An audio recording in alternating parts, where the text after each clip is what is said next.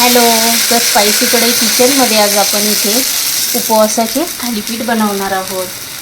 मस्त असे छान उपवासाचे थालीपीठ कसे बनवायचे चला आता आपण इथे लगेच बघूया. तुम्ही पण असे मस्त टेस्टी खमंग उपवासाचे थालीपीठ नक्की ट्राय करून बघा आणि ह्याची चव तर अप्रतिम लागते. माझ्या रेसिपी आवडत असेल तर नक्की सबस्क्राईब करा.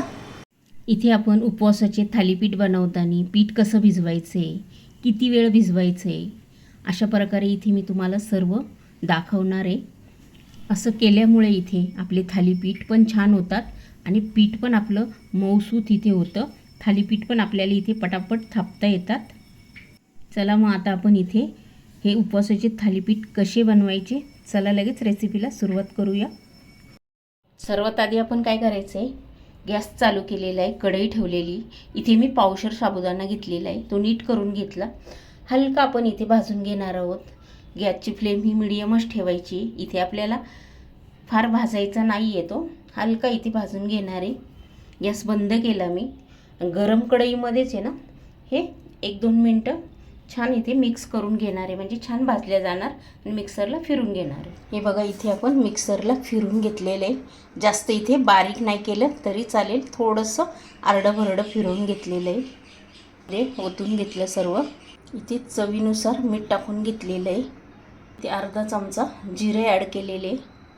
त्यानंतर इथे 1 चमचा भरून इथे मिरचीचा ठेचा ॲड केलेला आहे.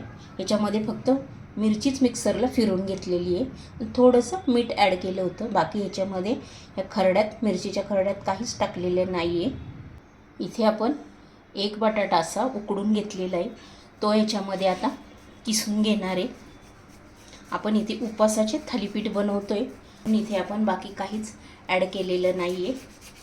पूर्ण बटाटा इथे आपला किसून झालेला आहे. आता 2 बटाटे टाकण्याऐवजी इथे मी मोठा बटाटा होता तो एकच इथे ॲड केलेला आहे. आता हे पूर्ण बटाटा किसल्यानंतर आहे ना हे छान आहे मिक्स करून घ्यायचं आहे. जो मिरचीचा ठेचा आहे, बटाटा, हे पीठ याच्यामध्ये मळून घ्यायचं आहे.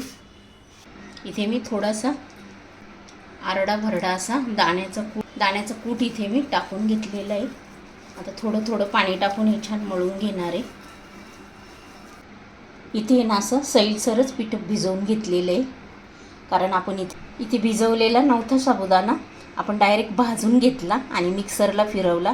त्याच्यामुळे आता इथे मी एकदम सैलसर पीठ भिजवून घेतलेले. आता आपण हे पीठ आहे ना 15-20 मिनटं असंच भिजून देणार आहोत.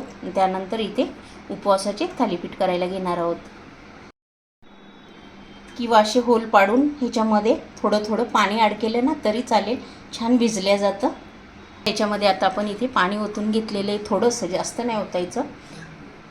कोरडा साबुदाणा असतो त्याच्यामुळे काय होतं, ते पाणी जे टाकलेलं आहे ना ते छान साबुदाणा त्या पाण्यामध्ये भिजल्या जातो. त्यानंतर आपण इथे थालीपीठ करणार आहोत. बघा इथे 20 मिनिटांनी मी पीठ इथे पुन्हा छान थोडंसं पाण्याचा शिंतोडा मारून मळून घेतलं. पुन्हा एकदा छान मस्त भिजले गेलेलं आहे. पण इथे लगेच थालीपीठ थापायला घेऊया. इथे ना आपण पळपट घेतलेला आहे, त्याच्यावर असं कॉटनचा रुमाल घेतलेला आहे, तो ओला केला आणि तो इथे आपण ठेवलेला आहे, ओला रुमाल. आणि त्याच्यावर आता आपण इथे असे थालीपीठ थापून घेणार आहोत. इथे एका साईडला वाटीमध्ये पाणी पण घ्यायचं आणि पाण्यामध्ये हात ओला करत करत आपण हे थालीपीठ असे थापून घ्यायचे. हातानेच आपण इथे थापून झाल्यानंतर गोल आकार द्यायचा असा. तर इथे मी तवा ठेवलेला आहे, गॅस चालू केलेला आहे.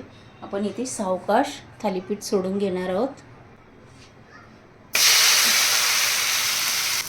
मी बघा इथे सावकाश इथे सोडून घेतलेलं आहे.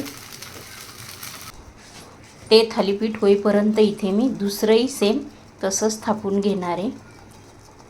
तर आपण हे झालं का चेक करूया. वाव, हे बघा छान मस्त इथे खरपूस असं भाजलं जातं आहे. इथे वरून पण थोडंसं तेल किंवा तूप लावलं तरी चालेल. छान मस्त असं प्रेस करत करत खरपूस भाजून घ्यायचे. आता हे झालं का चेक करूया. हे बघा छान मस्त भाजले गेलेले. आता हे झाले, आपण काढून घेऊया.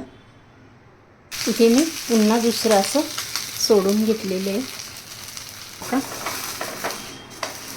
हे बघा, मेन म्हणजे हे मीडियम गॅसवर करायचे, हाय गॅसवर नाही करायचे, नाहीतर ते काय होतं, करपतात. मीडियम गॅसवर केले की ते छान आतपर्यंत खरपूस भाजले जातात.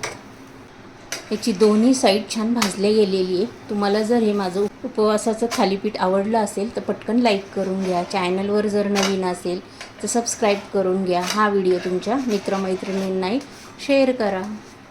मस्त असे मऊसूत, जेवढे छान भाजले तेवढे खरपूस असे हे थालीपीठ आहे. नक्की ट्राय करा.